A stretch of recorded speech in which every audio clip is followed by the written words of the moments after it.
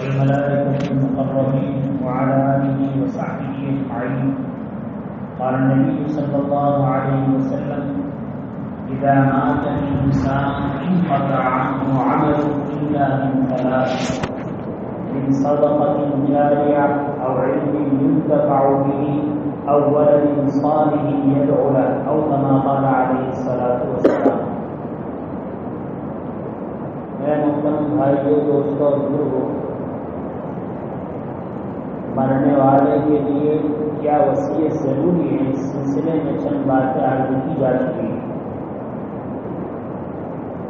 انسان دنیاوی زندگی میں اللہ کے حقوق، فرائض، واجبات وغیرہ کو ادا کرتے ہوئے بندوں پر جو حقوق عائد ہیں اس کی ادائیگی کی بھی کوشش کرتا ہے.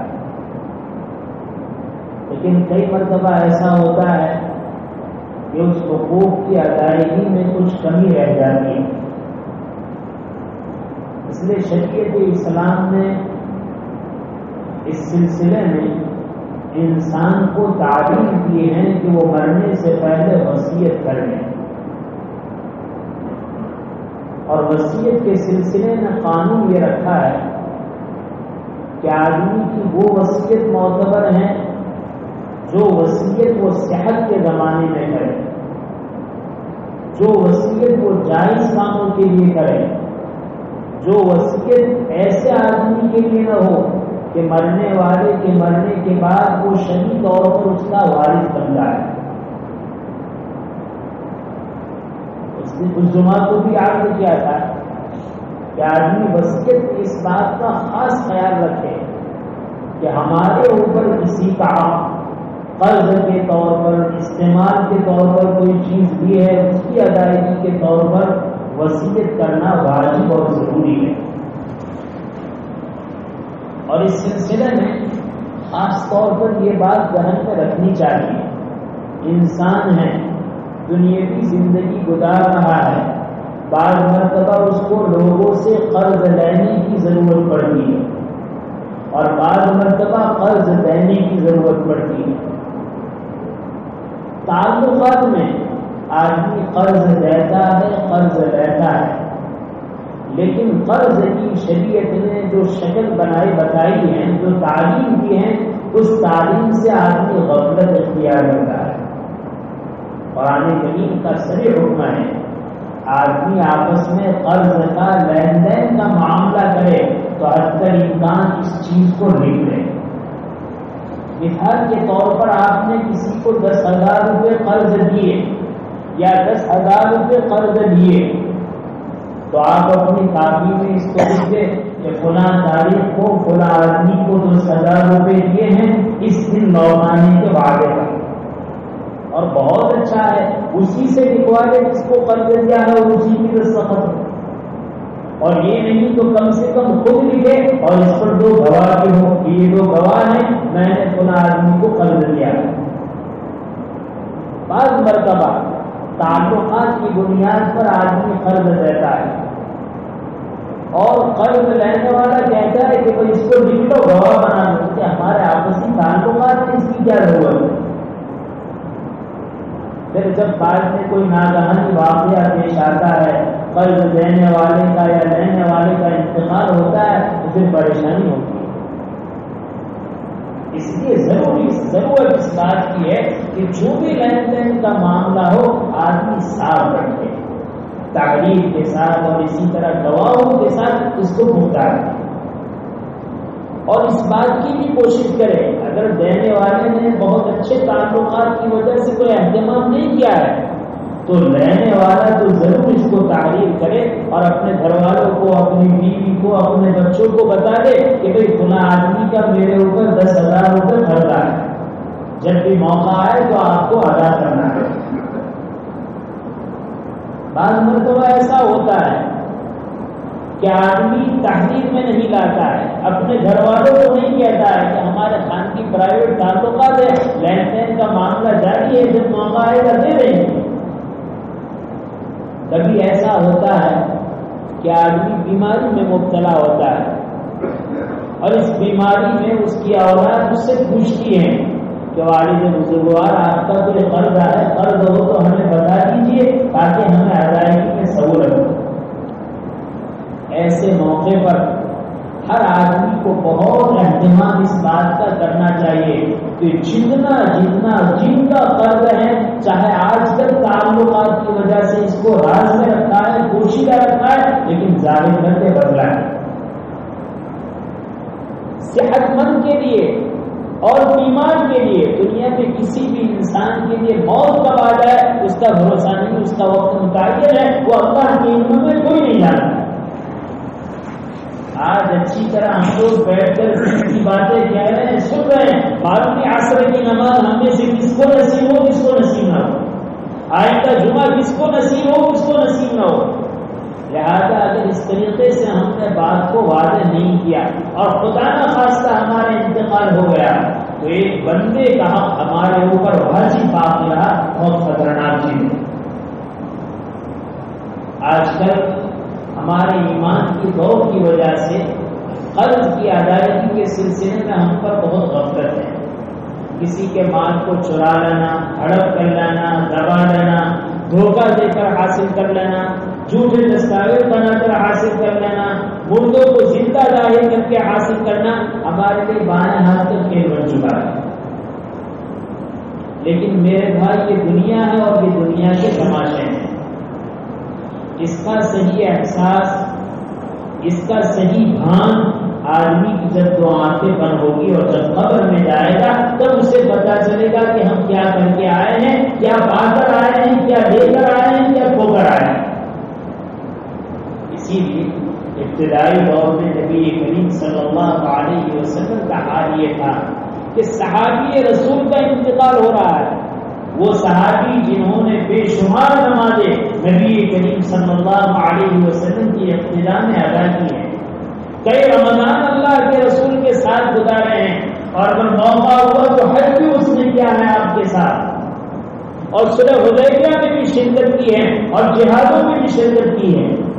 لیکن انتقال ہوا، آپ سے درخواست کی گئی کہ نماز جنازہ پڑھائیے، تو آپ پوچھتے تھے اس نے کوئی فرض چھوڑا؟ اگر گھر والے متعلقین صحابہ بتلاتے کہ فرض تو نہیں چھوڑا ہے، آپ آگے بڑھتے نماز جنازہ پڑھا۔ لیکن اگر کسی کے بارے میں یہ اطلاع دی جاتی کہ ہاں اس نے قرض چھوڑا ہے تو آپ پوچھتے قرض کی ادائیگی کے لیے کوئی مال چھوڑا ہے؟ مال چھوڑا ہے تب تو ٹھیک ہے، اور اگر مال نہیں چھوڑا ہے تو اللہ کے رسول فرماتے میں ایسے آدمی پر نماز جنازہ نہیں پڑھتا، آدمی پر جنازے کی نماز پڑھ لو۔ یہاں تک کہ اگر گھر والوں میں سے متعلقین میں سے ذمہ داری کہ اللہ کے رسول اس کا قرض میں ادا کر دوں گا، تو آپ پوچھتے تھے پورا قرض ادا کرو گے یا تھوڑا؟ اگر تھوڑا ہے تو آپ تیار نہیں ہوتے، وہ کہتے کہ نہیں پورا قرض ادا کر دوں گا، تو آپ آگے بڑھتے نماز جنازہ پڑھاتے۔ یہ حقوق ہیں انسانوں کے، اور حقوق کے سلسلے میں معاشرہ بالکل چوپٹ ہو چکا ہے۔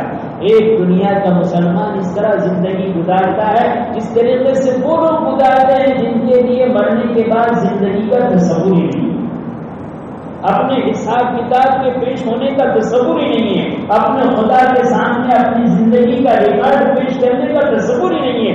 اس طرح ایک غفلت والا غافل انسان، بے دین انسان کو زندگی گزارتا ہے۔ آج ہماری زندگی گزارنے کا حال یہی ہے، لہٰذا بہت چوکنا رہنے کی ضرورت ہے۔ بعض مرتبہ ایسے احوال پیش آتے ہیں، قرض دینے والا کہہ رہا ہے کہ میں نے قرض دیا ہے، اور قرض لینے والے کے متعلقین کہتے ہیں نہ ہمارے باپ نے کوئی تعلیم دی ہے، نہ ہمیں کبھی کہا ہے، ہمیں پوچھا اس کے بعد بھی ہمیں نہیں بتایا۔ نہیں، بہت ضروری ہے، اگر واقعتاً ہم نے کسی کا 1 روپیہ دیا ہے تو ہمیں اس کو تعلیم کرنا، ہمیں اس کو لکھنا، اپنے گھر والے کو اطلاع کرنا، یعنی ہر وہ صورت اختیار کرنا جس سے ہماری رضا ہمارے موت کے بعد اس کی ادائیگی کی شکل ہو سکے، یہ ضروری ہے۔ وصیت کے سلسلے میں بعض مرتبہ یہ ہوتا ہے، آدمی وصیت کرتا ہے تو 1/3 مال سے زیادہ کی وصیت کر لیتا ہے۔ حضرت سعد بن ابی وقاص رضی اللہ تعالیٰ عنہ بیمار ہوئے. اللہ کے رسول صلی اللہ علیہ وسلم کے ساتھ کئی جہاد میں آپ شریک ہوئے، اور جہاد میں شریک ہونے کی وجہ سے اللہ نے بہت زیادہ مال غنیمت عطا فرمایا. مالدار صحابہ جب بیمار ہوئے، اس بیماری میں نبی کریم صلی اللہ علیہ وسلم آپ کی عیادت کے لیے تشریف لائے. تو آپ نے مسئلہ پوچھا، اے اللہ کے رسول، میں امیر آدمی ہوں، جہاد کی وجہ سے اللہ نے مجھے بہت مال دیا ہے، اور میرے ورثاء میں صرف میری ایک بیٹی ہے، وہ بھی خوشحال ہے. میں چاہتا ہوں کہ اپنا سارا مال اللہ کے راستے میں صدقہ کروں. نبی کریم صلی اللہ علیہ وسلم نے منع فرمایا کہ نہیں، اس کی اجازت نہیں. کہا کہ مال کے 3 حصے کروں، 2 حصے اللہ کے راستے میں صدقہ کروں اور 1 حصہ اس کے لیے چھوڑ دوں. آپ نے منع فرمایا نہیں. پھر آپ نے کیا، یا رسول اللہ، آدھا مال اللہ کے راستے میں صدقہ کروں، آدھا اس کو دے دوں. آپ نے منع فرمایا نہیں. پھر ان صحابی نے عرض کیا، یا رسول اللہ، مال کے 3 حصے کر کے 1 حصہ اللہ کے راستے میں صدقہ کروں اور 2 حصہ اپنی بیٹی کے لیے، اپنے ورثاء کے لیے چھوڑوں. نبی کریم صلی اللہ علیہ وسلم نے اس کو ارشاد فرمایا کہ 1 ثلث یہ بھی بہت زیادہ ہے. ایک ہی بیٹی ہے، خوشحال ہے. اس کے بعد آقا فرما رہے ہیں 1 ثلث بھی زیادہ ہے. پھر اس کے بعد ارشاد فرمایا کہ تم اپنے مرنے کے بعد اپنی اولاد کے لیے اتنا مال چھوڑ کر جائے کہ تمہارے بعد وہ بھی خوشحالی والی زندگی گزارے، عافیت والی زندگی گزارے، محتاجی والی زندگی نہ گزارے. یہ بہتر اس سے کہ تم اپنی اولاد کے لیے اتنا بھی نہ چھوڑ جائے اور تمہارے انتقال کے بعد وہ لوگوں کے سامنے ہاتھ پھیلائے. بعد میں تو ہمارا حال یہ ہوتا ہے، مثلا اولاد میں ہماری صرف بیٹیاں ہیں، بیٹے نہیں ہیں. اور ہم جانتے ہیں کہ شرعی اعتبار سے ہمارے انتقال کے بعد اس مال میں جس طرح ہماری بیٹی وارثدار ہیں، ہماری اہلیہ وارثدار ہیں، ہمارے بھائی بہن ہیں تو وہ بھی وارثدار بنیں گے.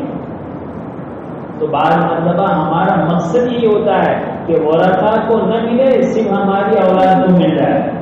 یعنی ورثاء کو محروم کرنے کی غرض سے وہ زندگی میں اپنی اولاد کو دے دیتا ہے. مقصد یہی ہے کہ میں ورثاء کو محروم کروں.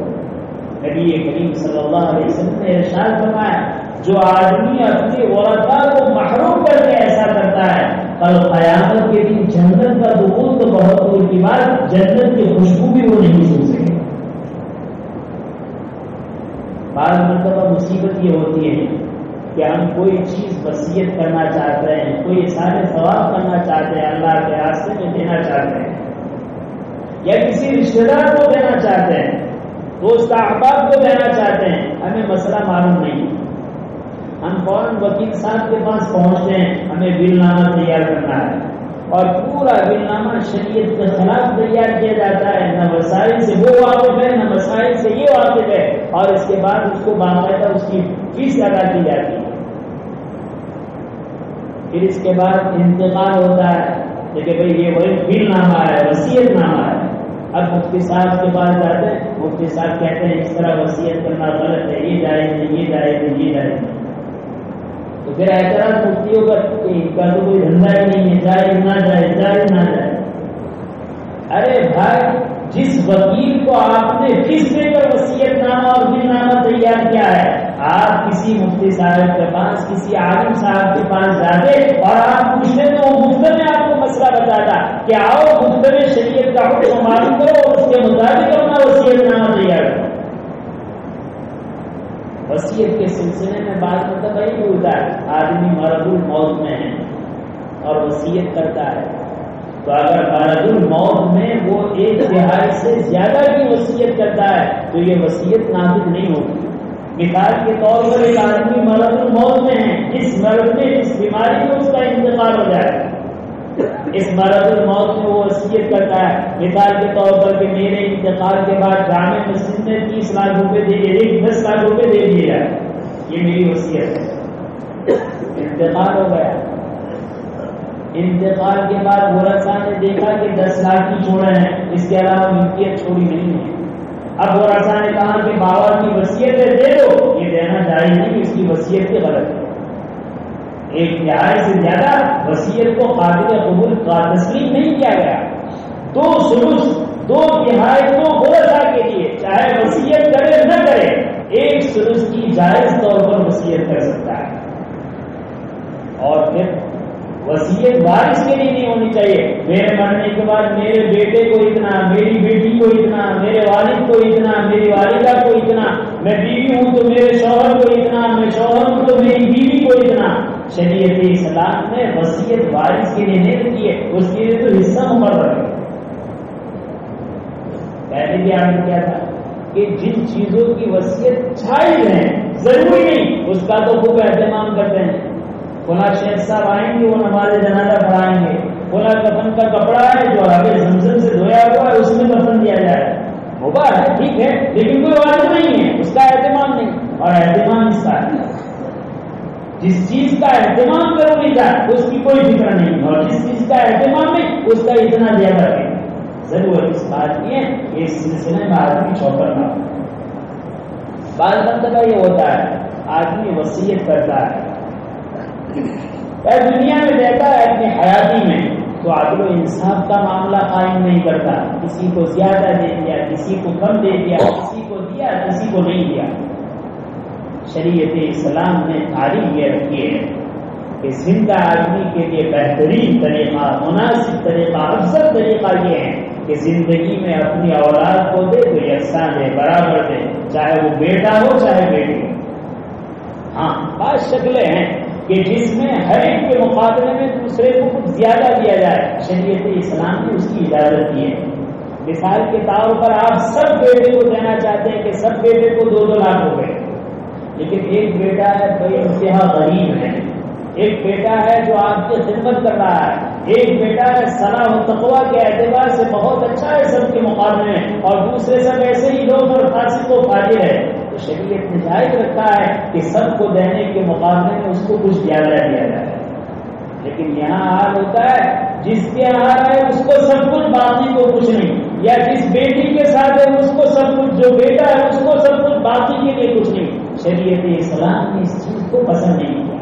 اور اس میں ہوتا کیا ہے، اگر باپ نے یا اگر بیٹے نے اس طریقے سے کسی بیٹے کو کسی بیٹی کو اپنی صحت کے زمانے میں اس طرح دے دیا، مالک بنا دیا، تو وہ تو مالک بن جائے گا اور وہ مالک بن جائے گا، لیکن مصیبت کیا ہوگی، جہاں پر ماں باپ کی طرف سے عدل و انصاف نہیں ہوتا ہے، برابری نہیں ہوتی ہے، تو سب سے پہلے جس نے جس کو زیادہ دیا ہے اس باپ کی محبت ختم ہوگی، اس کی نفرت دوسرے بیٹوں کے دلوں میں آئے گی۔ اور دوسری مصیبت یہ پیدا ہوگی کہ جس کے لیے وصیت کی ہے، جس کو مالک بنایا ہے، جس کو زیادہ دیا ہے، دوسرے بھائی بہنوں کے دل میں اس کی نفرت آئے گی، تو ماں کی محبت گئی، باپ کی محبت گئی، اور جن کو زیادہ دیا ہے اس کی محبت گئی۔ ابھی تو باپ کا انتقال نہیں ہوا کہ آپس میں لڑائی چلی، زندگی میں ماں باپ سے محبت ختم، اور مرنے کے بعد بھائی بہنوں میں لڑائی۔ شریعت اسلام تو ایسا دی ہے کہ اپنوں میں تو اختلاف کا سوال نہیں، وہ تو اجنبی اور غیر پہچان والوں کے ساتھ کی لڑائی جھگڑے کو پسند نہیں کرتا ہے۔